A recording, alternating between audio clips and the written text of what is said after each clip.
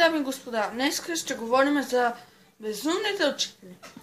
От нашето училище има един учител толкова строг, че когато напише една буква, на нея отвътре просто идва да ти напише 2 двойки. Примерно, както днеска, на целия клас за подарък ни раздаде на целия клас двойки. Има от нашето училище такива учители, където дават по малко домашно, където дават и по много.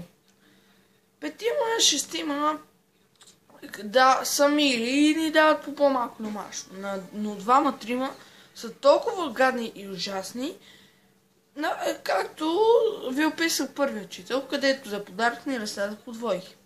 Ето ви сега един пример какво правят учители. Ученици, следващия тест,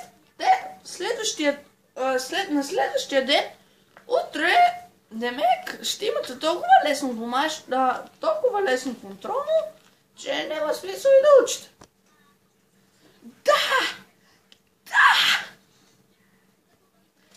Да, разбира се, ако сте си учили ако сте си учили предишния ден.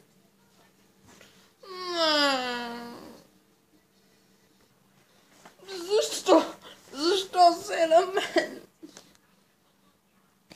Да, от нашето училище има и такива учители. Има и друг вид учители, където отменяват контролните.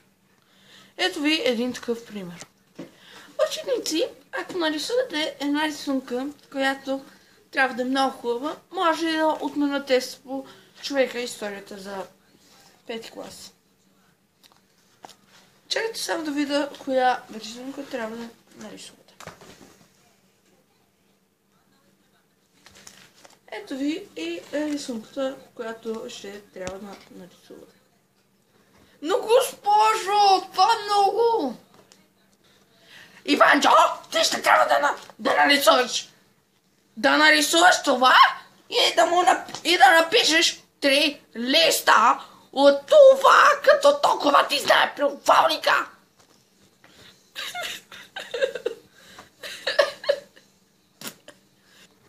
Да, има и такъв вид. Има и такива, където се сърдат за всичко.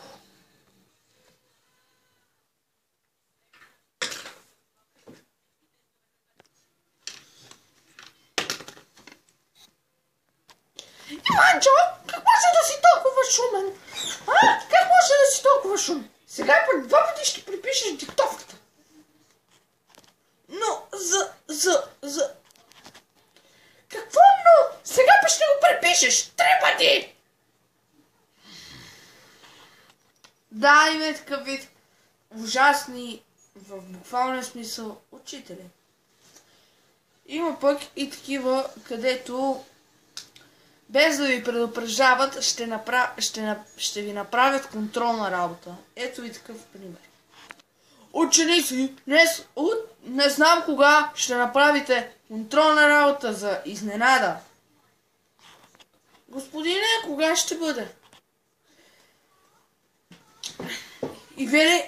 Иво, сега пък за тебе ще има 2 контролни работи, като толкова ти знае тъпия шибан плювалник.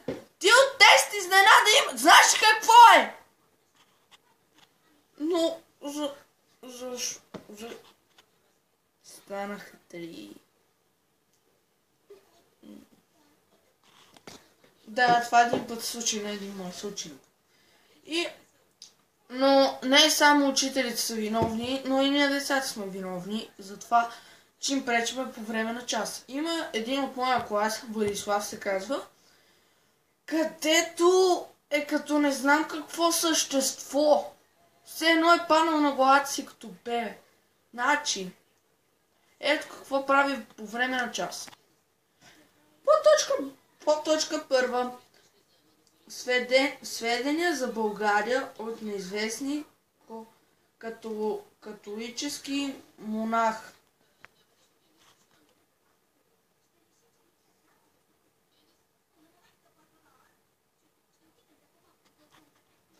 Подточка Б.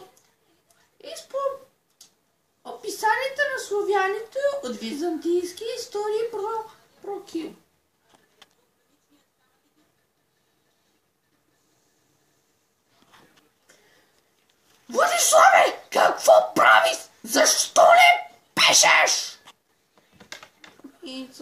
тетрадката.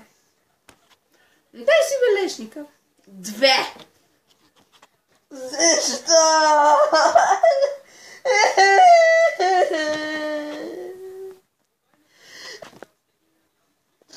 Да, и това, което ви го казвам, само имената може да са разменени.